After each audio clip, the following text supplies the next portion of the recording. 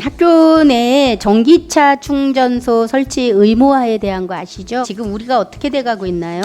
미설치 부분이 상당히 많은데요. 24년도 본 예산에 의무설치 대상이기 때문에 377억을 확보를 해서 전기차 충전소를 설치할 계획이 있습니다. 나머지 못하는 학교는요? 그 부분에 대해서는 2025년까지 설치 완료토록 하겠습니다. 100%다 완료하시겠습니까? 믿어도 되는 겁니까? 참 믿을 수가 없는 게 2007년도에 늦어도라는 단서를 달면서 10년 이내에 모든 초중고교에 장애인 승강기 설치를 우리 교육청이 약속했더랬습니다. 그 승강기 설치가 100%다 마쳤습니까? 아직 미설치. 그러니까 지금 국장님이 당연히 하겠다고 하는 말을 믿어라라고 하는 게 믿어지십니까?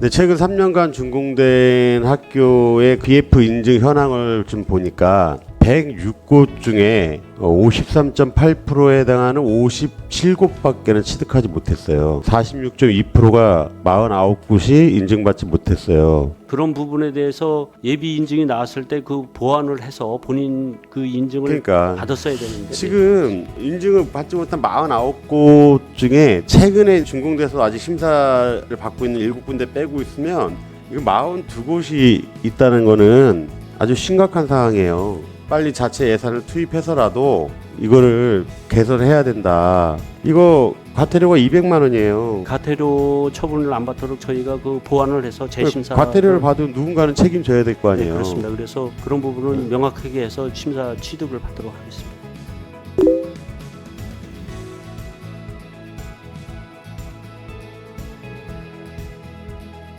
본의원이 도서 구입한 내역 전체를 이렇게 한번 검토해봤습니다. 같은 도서를 여러 권 구매하게 되어 있습니까 원래요? 학교나 여러 기관을 상대하는 경우에는 이제 그런 경우도 있고요.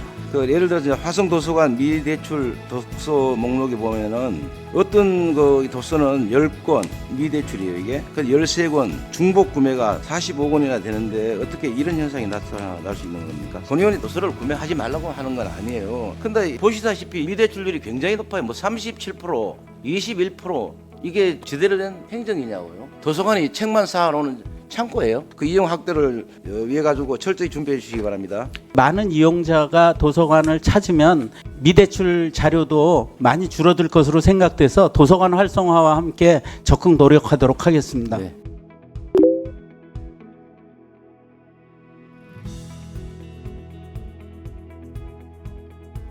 퇴직 공무원분들이 밖에 나가셔가지고 교육청 관련된 사업을 하시는 것에 대해서 문제 제기하는 건 아닙니다. 관련된 전문 지식이 있으시기 때문에 퇴직하신 후에 경기도 교육청 관련된 사업을 하시는 것을 뭐 장려해도 상관없다라고는 생각을 하는데요. 정도의 문제 있는 것 같아요. 정부 지침으로 사회적 협동조합을 권했다라고 말씀을 하셨는데 권한 이유가 있을 거라고 생각을 해요. 그리고 협동조합이 가지고 있는 특별한 성격도 있으시고 그 부분 때문에 한 걸로 보이는데 고양에서 63개, 파주에서 41개, 포천에서 23개, 김포에서 18개, 가평에서 13개 이런 부분은 좀 경기도 교육청에서 누가 봐도 좀 문제의 소지가 있기 때문에 한번 봐주셔야 되지 않을까라는 생각에서 우선 말씀드렸고요. 그 부분은 제가 해당 부서에 이 내용을 충분히 전달해서 다시 한번 설명드리도록 하겠습니다. 네.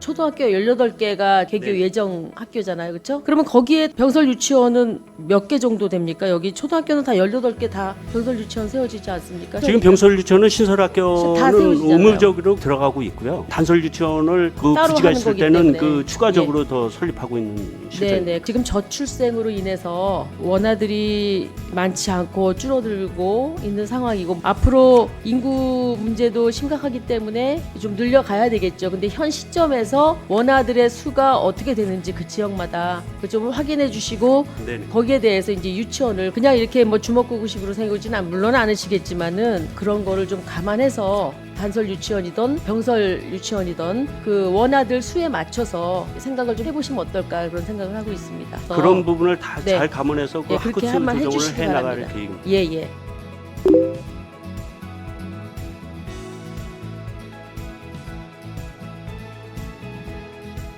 지금 급식 종사자분들의 산업재해 현황을 살펴보니 네. 증가 추세입니다. 올 상반기 기준으로 255건이에요. 화상과 넘어지는 사고가 가장 빈번한 것으로 나타났습니다. 본 의원은 사고가 줄지 않는 것은 학교 급식실의 구조적 문제가 제일 크지 않을까 싶은데요. 정담회 이후에도 정말 도교육청은 후속 조치를 전혀 하지도 않았고 노력도 안 하셨군요. 정말 이 부분은 참으로 유감스럽습니다. 지난 정담에서 나왔던 안전 문제와 관련해 정말 개선이 필요하다고 요청한 급식실 어떻게 개선할 건지 개선 방안 본 의원에게 제출해 주십시오. 모든 사고 후 조치보다는 정말 사전 예방이 최우선이라고 봅니다. 정말 안전한 조리실을 위해서 현장 방문도 좀 자주 해주시고요. 좀 더 촘촘하게 이런 부분 잘 챙겨주시기 바랍니다.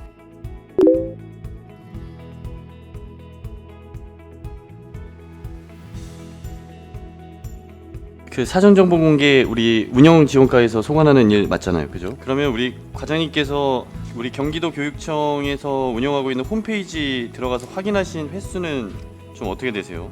죄송합니다. 제가 거기까지는 미처 챙겨보지는 못했습니다. 본의원이 교육행정위원회 상임위 의원님들과 3일에 걸쳐 이제 피감기관인 지원청을 이렇게 순회하면서 지원청에서도 동등하게 여러 가지 이 사전 정보 공개의 어떤 접근성의 준비들이 상당히 미비하다라는 부분을 지적해 왔고요. 근데 아니나 다를까 우리 경기도청에서도 이 사전 공개 투명성이 상당히 문제점이 있네요. 예, 본의원이 지원청을 나무랄 명분이 없습니다. 경기도청도 하고 있지 않기 때문에 어떤 주의를 하시겠어요? 방금 전에 말씀드렸듯이 저희가 정보 공개 목록도 정비를 하고요.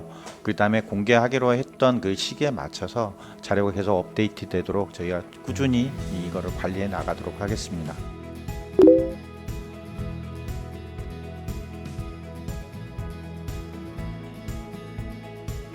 교육환경 평가는 뭐 기준설 학교 부분도 있지만 재개발, 재건축, 정비 사업이 인근 학교의 학생 수와 뭐 학교 환경 그리고 학생들의 안전 등 교육 환경에 미치는 영향을 평가하는 심의 제도입니다. 다시 말하면 우리가 뭐 50m 뭐 절대 보호구역, 200m 상대 보호구 있는 것처럼 정비 사업지 인근 반경 200m에 분명히 반드시 있어야 되기 때문에 이 교육 환경 평가의 중요성은 계속 높아지겠죠. 그리고 위원회 운영 현황 자료를 요청해서 한 결과 21년도에는 24번 회의를 개최해서 148건을, 22년에는 24회 개최 173건, 올해 9월 기준으로 17회에 86건 안건을 처리한 걸로 나와요. 한 번 위원회 개최할 경우 회의 시간은 보통 몇 시간 정도 걸립니까? 한 2시간 반에서 3시간, 많이 걸릴 때는 5시간도 걸릴 때가 있습니다. 평균 한 3시간 정도라는 예, 거죠. 예. 교육환경 평가 관련 항목별 평가 기준을 보니까 다양하고 살펴봐야 할 게 많아요. 한 번에 개최 평균 3시간, 6건 안건 하면은 한 건당 30분 하는데 이게 물리적으로 가능한가요?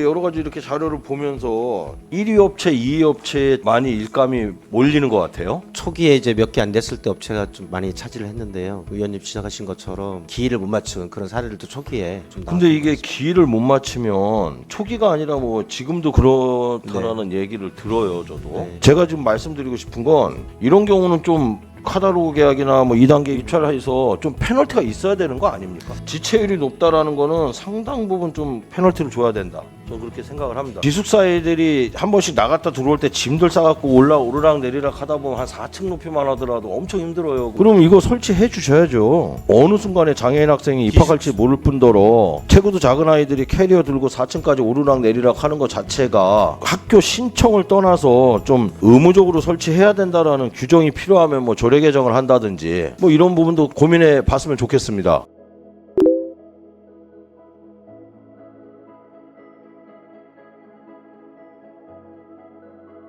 경기도교육청의 계약직과 공무직에 대한 차별에 대해서도 제가 지속적으로 말씀드렸는데요.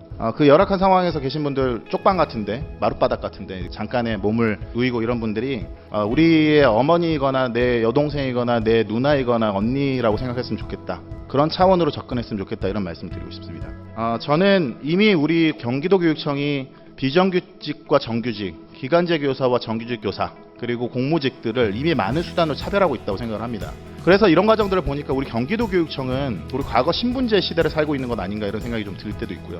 저는 기본적으로 이게 교육청의 마인드라고 생각합니다. 어떤 공간을 구성할 때, 어떤 복지체계를 구성할 때 우리 교육청은 어떤 생각을 갖고 있는지 그게 정책으로 드러나는 거라고 생각합니다. 이런 것들 최소한의 복지적인 차원에서는 인간적인 어떤 그런 마음에서라도 차별하지 않았으면 좋겠고요. 마지막으로 제안드리는 것은 기간제 교사들과 공무직, 계약직 노동자들에 대한 출산 축하금 이거 신설해야 된다고 이렇게 제안드리고 싶습니다.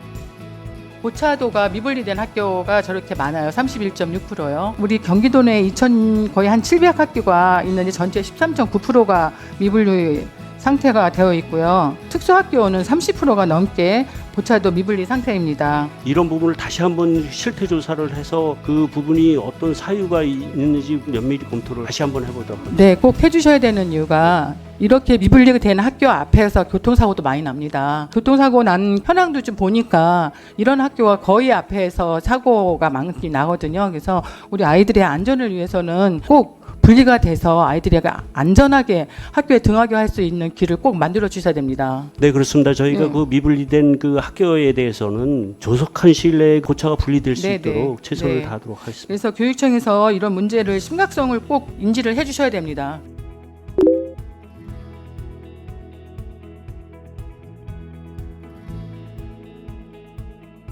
우리 경기도의 사립학교의 법정부담금 납부율이 최근 3년간을 보면 12.7%에 불과합니다. 그죠? 이 문제를 해결을 어떻게 해야 된다고 생각을 하십니까, 부감님은? 지금 현재는 미납반대에 대해서는 운영비 감액한다든지 제재 조치를 하고 있는데 구조적으로 법정부담금을 낼 수 없는 상황인 것도 저희가 좀 감안을 해야 된다고 보고 있습니다. 그 학교에 1, 2천만 원이 적은 돈은 아니죠, 사실은. 운영비 감액을 지금 하고 있는데 이걸 안 하면 어떤 또 방법을 좀 해서 독려를 할 수 있나 하는 걸 저희가 고민을 하고 있습니다. 그래서 법을 바꾸든지 아니면 다른 방법으로 보전을 해줄 수 있는 방법을 찾든지 이게 학생들한테 다 피해가 가는 거잖아요.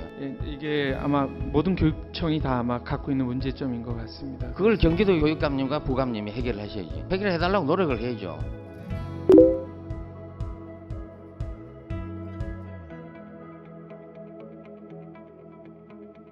현재 통합교육청 분리 신설뿐만이 아니고 수원교육지원청이나 일부 교육지원청은 본청 외에 외청에서 지금 근무하는 거 알고 계시죠? 공간이 좁고 일부 교육지원청 파주를 예를 들면 이제 국 단위로 변환이 돼야 되는데 아직까지 과단위여서 인구 증가와 학생 수 증가에 따른 이 대응을 못합니다. 우리 행정관리 담당관 쪽에서 그 부분을 면밀히 살펴서 통합교육청 분리뿐만이 아니고 과밀인 교육지원청에 대해서도 좀 신경을 써달라는 부탁을 드리면서 이상 질의를 마치겠습니다.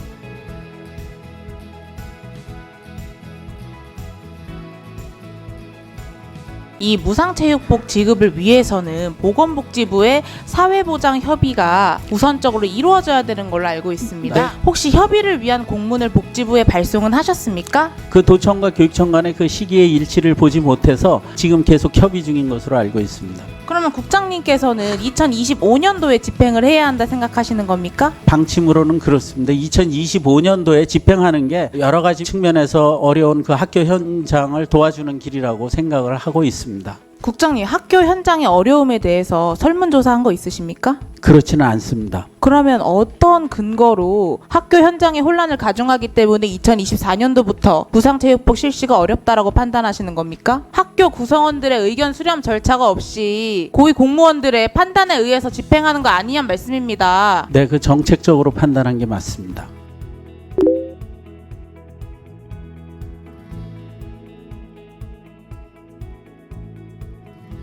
비닐 보양 없이 에어컨을 제거해서 학부모님들이 우려를 표하고 계시죠. 네. 그리고 11월 3일자 기사입니다. 감리 보고서를 보면은 감리를 누가 했는지 아무도 서명을 안 해놨어요. 이 감리 보고서 같은 경우는 시나 기초지자체나 아니면 교육청이나 요구하면 이거 다 정보 공개가 되는 자료입니다. 네네. 관심 있는 학부모님들이 이걸 봤을 때 감리인의 서명조차 없는 그런 감리 보고서, 과연 이게 제대로 성면 제거 사업이 진행되고 있다 이렇게 판단할 수 있을까요? 사진 보시면 저보다 더 잘 아실 거예요. 근데 문제는 보양을 하더라도 이 비닐 두께가 규정에 맞지가 않아요. 버젓이 쓰여 있습니다. 기왕이면 할 거, 그리고 어쨌든 마무리 지어야 될 거, 우리 교육청이 학부모님들의 신뢰가 깨지지 않고 그리고 안 좋은 소리 듣지 않고 그런 사업 마무리했으면 좋겠다, 이렇게 말씀드리면서 질의 마치도록 하겠습니다.